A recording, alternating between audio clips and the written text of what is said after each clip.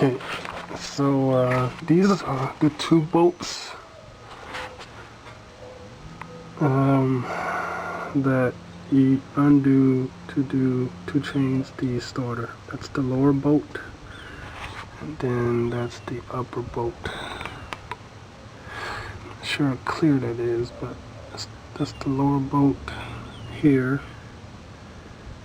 and that's the upper bolt up there. So if I scoot around, try not to get oil on me, because I got oil dripping, you would see that the starter is actually right here, right there. And it's kind of dirty, so you can't tell. And then that's the solenoid up there. And if you see on the top of the solenoid,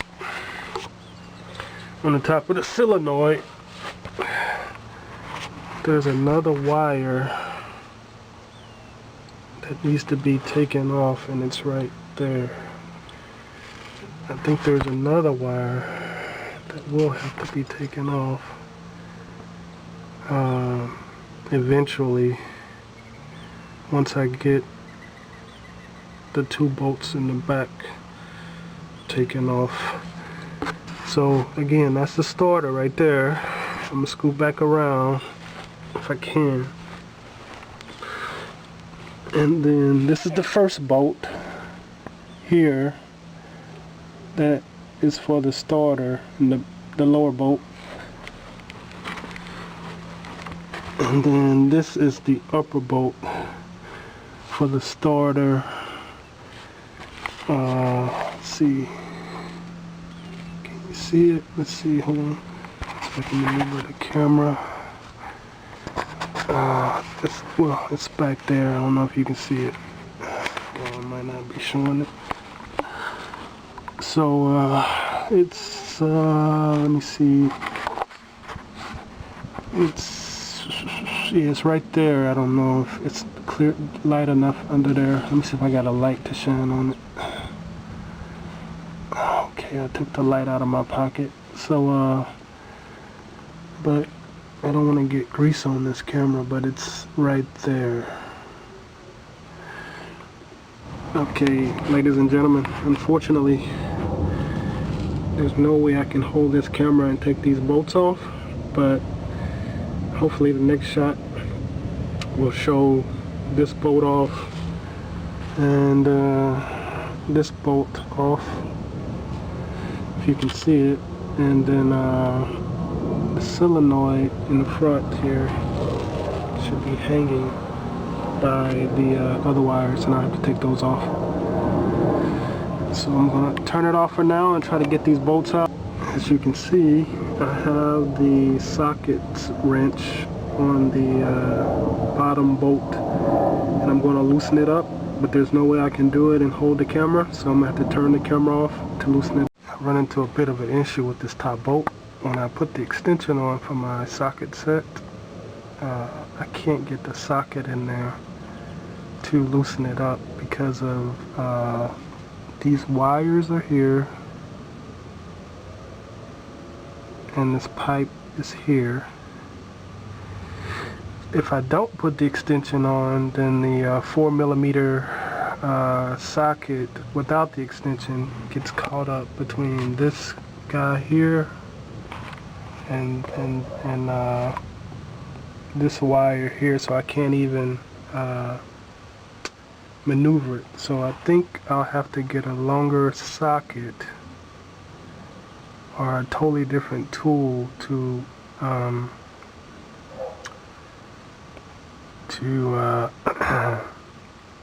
get this top bolt out, because my socket head is too big to get on the extension because of this pipe here.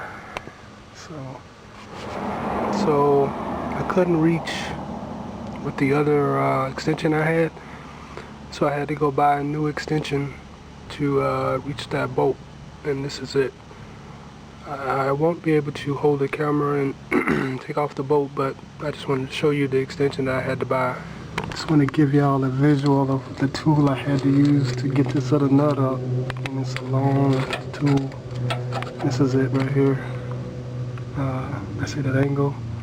So you'll probably have to invest in one of these tools to get your top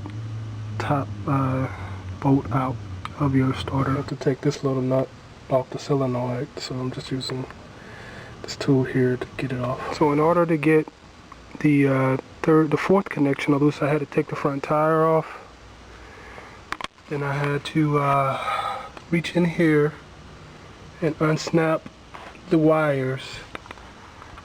As you can see, this is the unsnapped wire here, but I still have to cut the zip tie with the scissors to get it to pull the starter out. So you probably have to do the same thing. Okay, so the starter is off once I disconnected this guy.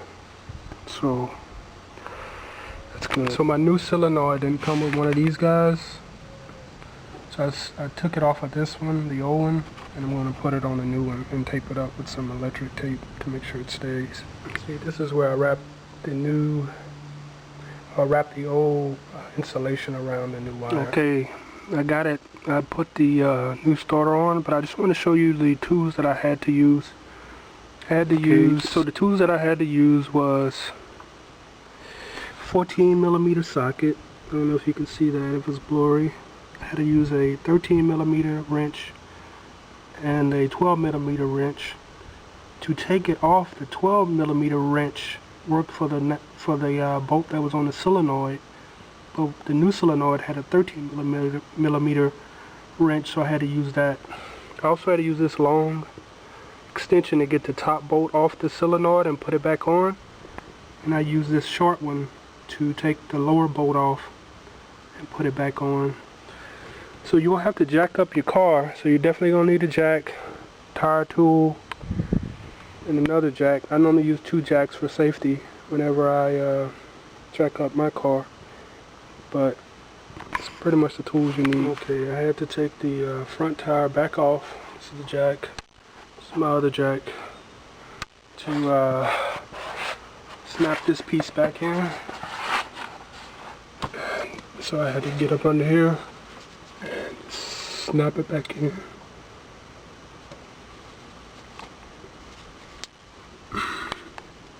Hear it click, snapped in.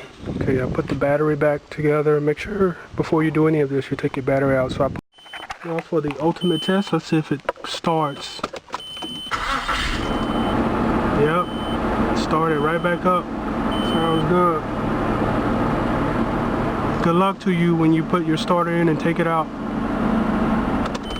I just wanted to show you guys the new starter. This is the lower bolt, upper bolt. Not sure if you can see it. The only way you can tell this is a new starter. See how clean the solenoid is?